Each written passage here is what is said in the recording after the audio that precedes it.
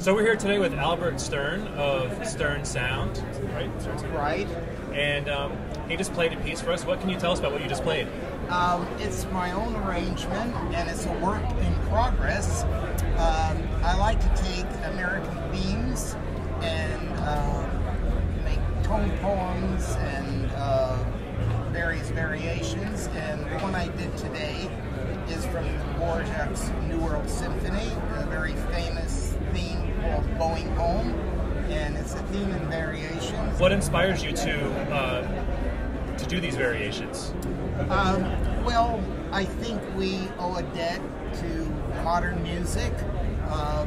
We have great dead German composers, but Bach, Beethoven, Brahms, etc. But I think our audiences want a variety. They want to hear Shostakovich, they want to hear even more modern composers, and that's what I try and do. And I'm a composer myself. It seems like a lot of players are afraid to leave the page, the written notes. You know, there are some great traditional players. Do you mean playing from memory? No, from just playing only what the composer had originally written. Because that's a cute little story. I'll take a second. I studied with Ivan Galamian at Juilliard, who was the teacher of Dvořák, Michael Raven, me, and several others. And my first meeting with him, he had asked me prior to it to bring a concerto I had never played before. And I said, well, I'd love to study the Brahms with you, and I've never performed it or done it. So I said, well, it was a Thursday. He said, bring it to me on Saturday for your lesson. So I brought the Brahms, and I had worked quite hard to get it, and I thought I knew it pretty well. And I put the music up on the stand, and the pianist had her music, and we started playing. And a couple of minutes later, Galamian got up from his chair and closed the music. And I went another few bars, and he opened the music again. And I had closed the music, he opened it again. And I said, Maestro, as I told you, I've never seen the Brahms before. So he says, you don't know it from the memory? Then we play the scales. And that was the last time I failed to memorize anything in 2 days. Wow. I once had a violinist got sick, Camilla Wicks, and in 2 weeks I had to step in and do the Sibelius Concerto. Do you have any tips for helping violinists memorize? Absolutely. Absolutely. There are 3 ways I memorize. One is harmonically. I know the harmonic. 2, I can visualize the page in my mind's eye. I don't particularly have the greatest photographic memory, but anybody can develop that skill.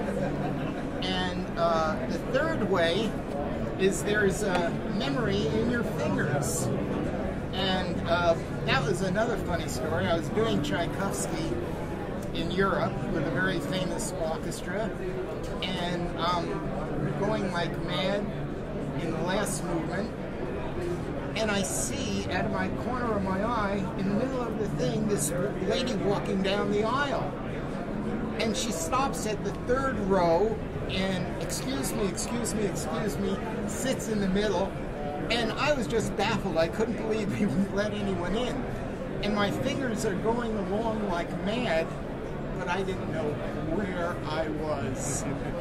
Thank God I not only learned my own parts, but I also learned all the parts of the orchestra. It's very important because sometimes a woodwind will come in wrong, and if you don't know where to adjust to, it's a mess. Yeah, that's helpful. I think a lot of soloists, no matter what instrument, tend to put themselves in a bubble and only know their part. Well, I was one of the first violinists to actually speak to the audience. I remember being very young and going to the Heifetz concert, and he walked out, never looked at the audience, performed his piece, left, and same with Menuhin, Stern at the time, and then Bernstein actually started communicating, and I think it's very important. Do you think there was a reason why they wouldn't do that, or what's the difference for the audience, do you think? I don't know. I think the audience likes to connect. Yitzhak does a wonderful job at that. He has a great sense of humor, and he really connects with audiences, and I try and do the same. Yeah, I think it really helps. It really helps musicians connect with the audience connect Absolutely. Back and forth, because that's really what performance is about. Well, if you go back in time, Niccolo Paganini did the same thing. He was the first violin virtuoso to take the show on the road. Prior to him, if you were born in Paris, you played within a 50-mile radius of Paris, and he actually toured all over the world. And he was quite a showman. He'd come on and do one of his arrangements, then he'd have a juggler come on and do some juggling, then he'd have a soprano, the local soprano, sing a song, and then he'd do some more. So he had a variety show. Absolutely, but he kept that audience right in the palm of his hand. Yeah. And it's the most amazing thing when you're performing and you can actually feel the audience back and forth. It's almost a sense of power, but also entitlement. Yeah. Well, I also know you brought some amazing tools with you today. What can you tell us about your violin and your bow? Okay. This violin, and I have great violins in my collection. A few years ago, I sold one of my Strads, the Napoleon Molitor Strad. Anna Kiko Myers bought it, and at that point it brought the highest price of any musical instrument, $3,600,000. And then a year ago I had Dorothy DeLay, my other teacher, and I was assistant to Dorothy. I had her Guadagnini, and that also broke the world record. Yeah. I think this instrument ranks with it. It's a Presenda, and it was made in 1827, a few years after he opened up his own workshop, and it's absolutely a gorgeous instrument, and in nearly perfect condition. There's not a crack on it hardly. There's a good couple little scratches and the beautiful patina from wear, but his workmanship was perfection. Interesting story. At the time of Presenda in the early 1800s, nobody wanted those old Stradivarius, Amati's, Guadagninis. They wanted new instruments, and Presenda was the violin of the time. And he made his finest violins early on because he got so popular he couldn't keep up with the demand, and his workshop, he had some fine people there, but they weren't Presenda. And this 1827 is ranked by Teresio, the big auction house, as the best.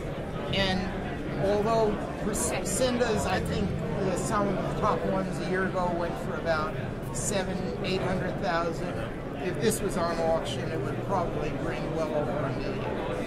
Every one of my instruments that I have selected have set world records. How did you come to this violin after playing Guadagninis and Strads in the past? It was in my collection, but Teresio helped me find it at about the same time, and I just fell in love with it. It has the bottom of a Del Jesu and the top end of a Strad. It's amazingly carrying, and it's just a wonderful instrument to play and speaks beautifully. There's also a gift that I learned from Dorothy DeLay and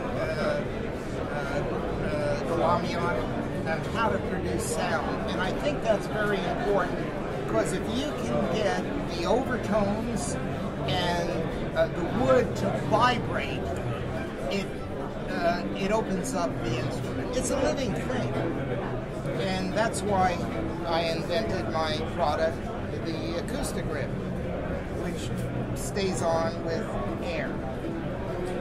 talking about instruments, naturally, you know, the Italians made the finest violins. French made good ones, Germans, but the Italians are credited. And the French made the greatest bows. And good French bows from well-known makers start at about 25,000. An Henri, a Joseph Henri, like I have in my case, is probably about 75 to 100. And Dominique Picot, bad ones start at 100. Decent one will be 150. And this one is valued much higher because it's in pristine condition and it's an amazing bow. Yeah, it looks practically new. It is. I think it was in some collection. It was made in the 1840s, and the greatest authority on bows is a man by the name of Olwell, France. If he said this microphone was an Henri, it's an Henri. Right. And it's in a book that he wrote. The volume sold for $3,000, and he has this one pictured as probably one of the finest examples. So what does this bow offer you that none of your other bows do? First of all, the weight is perfect. The balance is amazing. It does anything I want. Spiccato, staccato, beautiful détaché, martelé, etc. And a violinist, I can pick up a bow and I can tell within a gram or two. And I'll teach you a little trick. Picot never dwelled on a bow. Henri, the other makers, they carve it, and then they touch it up and do a little bit more. Picot, an amazing genius. Swish, swish, swish, swish, here's your bow. Yeah. But you can tell a real Picot if you look at the camphor on the right side, because he worked on the left and the right, and this one's slightly deeper. I've been lucky to have fine instruments since I was 12 years old, and bows from collectors and patrons. So I've had some of the greatest instruments under my hands at all times. Which is one of the reasons why you ended up developing this product as well. Absolutely. Can you tell us a little bit about that? Most of the, well, almost all the other shoulder rests for violins and violas rely on clamps. Naturally, when you clamp wood, you stop the vibrations. And the geniuses that developed the violin in the early 1500s, only 50 years about after Columbus discovered the New World, the way the sound emanates from this little wooden sound box is there's a bass bar, a sound post, and the blocking. There's blocking all around the edges. And when you clamp that blocking, you're interrupting that cycle. You're not going to get the overtones that you can produce without that. And we developed it for children, and it's very, very comfortable. And it gives you a good, strong grip. And one of the best things is that you can move with it as you're playing. Because sometimes you want to adjust or get into the higher positions. And the story, the way I developed this, was due to Michael Rabin. Michael was a dear friend and mentor. And I was at Meadowmount, and I was playing, and I had one of the original shoulder rests called a Coolidge. He had the first patent in about 68 years ago, and everything else after that has been based on the Coolidge. So Michael comes over to me in the evening, and Galamian had little places where we lived, and mine was the old red schoolhouse. And Michael says, "Let me see that shoulder rest you're using."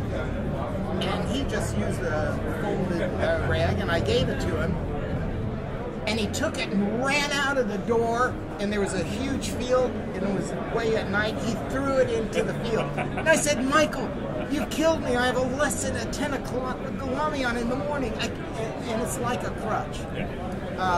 Do you remember the movie where he's running away, and she says, "Run, run!" And his braces. Forrest Gump, up. yes. Yes. Run, Forrest Gump, Yeah. run. And when you leave one of those and go to AcoustaGrip, you feel like you've lost your brace. You can't move. So that's what it is. It's compressed. There are micro little suction cups, and it's held on. When you compress them, they form a suction. And it doesn't affect the varnish at all. Not at all. It's air. I used it on my Stradivarius, which brought the highest price and was known for its perfection. I've used it on this instrument for several years. It's unmarked. The others leave clamp marks on the side, and we violinists and musicians don't own these instruments. We're just the caretaker for a short time. I hate any scratch or the slightest mark. Just wanted to tell you about Low Grip. Okay. This is a new product we have, and it's amazing. Galamian always used to say, "Bend your thumb," or "bend your thumb" in English. And what happens, a lot of times your thumb slides through. This holds it, and by holding it there, when you're at the point, your thumb is straighter. As you go up, it needs to bend.